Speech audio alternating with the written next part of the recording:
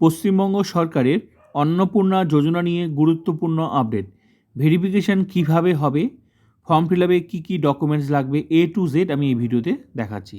তো form fill up দুইভাবে হবে, একটা হচ্ছে অনলাইন ফর্ম ফিল আপ আর একটা হচ্ছে অফলাইন ফর্ম ফিল আপ। ঠিক আছে, তো দেখিয়ে দিচ্ছি।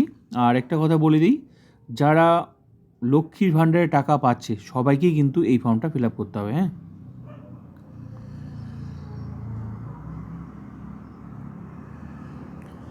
তো ফর্ম ফিল আপ করার সময় কী কী ডকুমেন্টস লাগবে আর কী কী বিষয়গুলো আছে এই ফর্মে, তো পুরোটাই আমি তুলে ধরছি সংক্ষেপে।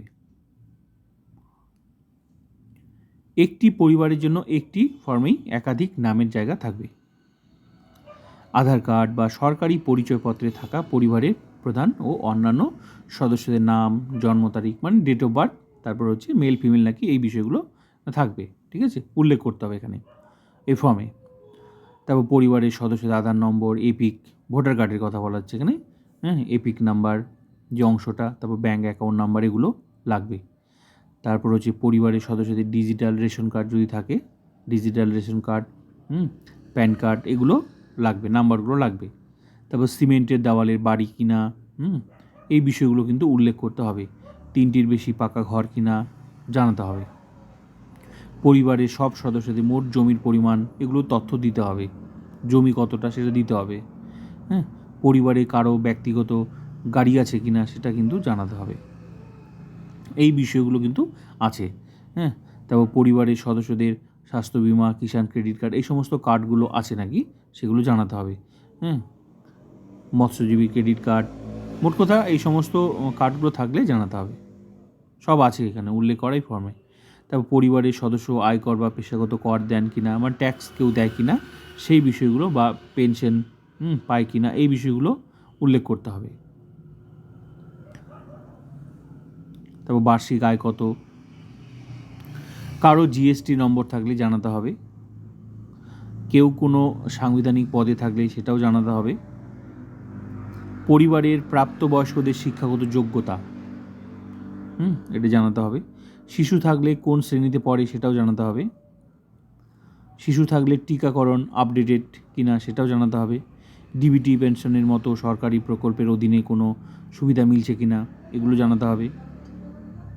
2026 এসআইআরের নাম বাদ পড়ে থাকলে তা ট্রাইব্যুনালে বিচারাধীন কিনা সেটাও জানাতে হবে।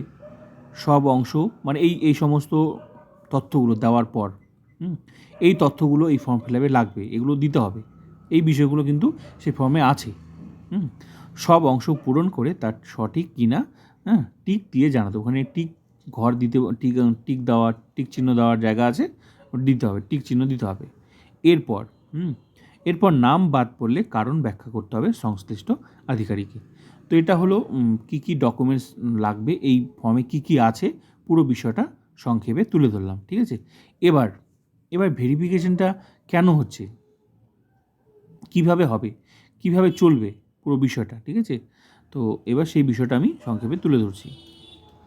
যাদের সিএ ট্রাইব্যুনাল আবেদন করা আছে তাদের কোনো সমস্যা নেই।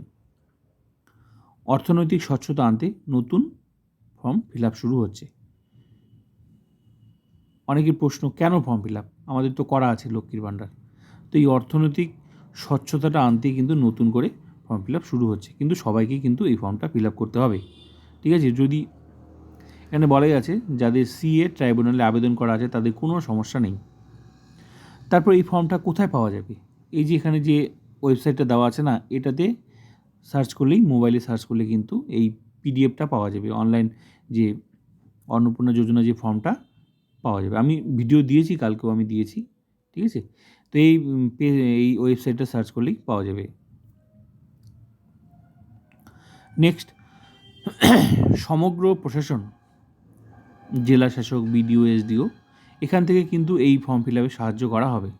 মোট কথা এখানে স্টাফরা কিন্তু এই পুরো অন্নপূর্ণা যোজনা কিন্তু যুক্ত আছে।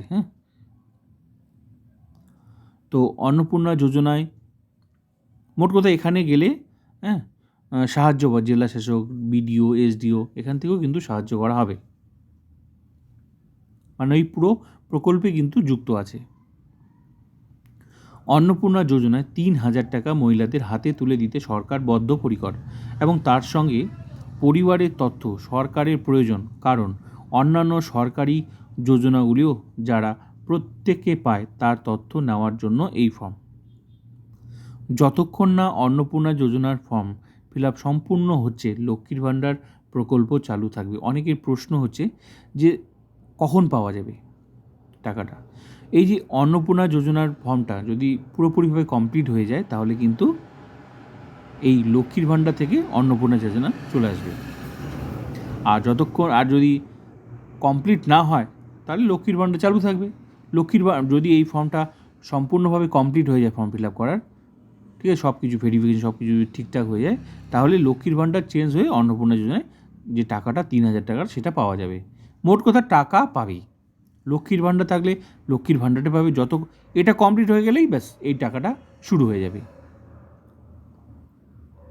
মোট কথা যতক্ষণ না এটা হচ্ছে ততক্ষণ লক্ষ্মীর ভাণ্ডার চলবে, আর এটা কমপ্লিট হয়ে গেলেই ব্যাস অন্নপূর্ণা যোজনার 3,000 টাকা করে পাওয়া যাবে।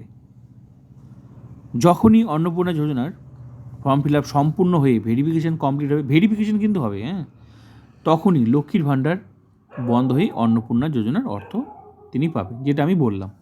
তো এই অন্নপূর্ণা যোজনার ফর্মটা কমপ্লিট হয়ে গেলেই, ভেরিফিকেশন কমপ্লিট হয়ে গেলেই কিন্তু লক্ষ্মীর ভাণ্ডার অটোমেটিক বন্ধ হয়ে যাবে, তখন এই অন্নপূর্ণার জন্য যে 3,000 টাকাটা সেটা পাওয়া যাবে। আধিকারিকরা বাড়ি বাড়ি গিয়ে 30 দিনের একটি ড্রাইভ করবেন, যাতে মানুষ ফর্ম ফিল আপ করতে পারেন, কেউ যাতে বঞ্চিত না হয়, কেউ যাতে বাদ না যায়। চিন্তার কোনো কারণ নেই, সবাই পাবে, ঠিক আছে। তো আর তার জন্যই আধিকারিকরাও কিন্তু বাড়ি বাড়ি গিয়ে একটা সার্ভে করবেই। তো সকল বিজেপি বিধায়করাও, এখন যেহেতু বিজেপি সরকার, তো অবশ্যই বিজেপি বিধায়করা এটাও এই বিষয়টা দেখবে, দেখাশোনা করবে। সকল বিজেপি বিধায়করা সরকারের সঙ্গে ফর্ম ফিল আপে সহযোগিতা করবেন।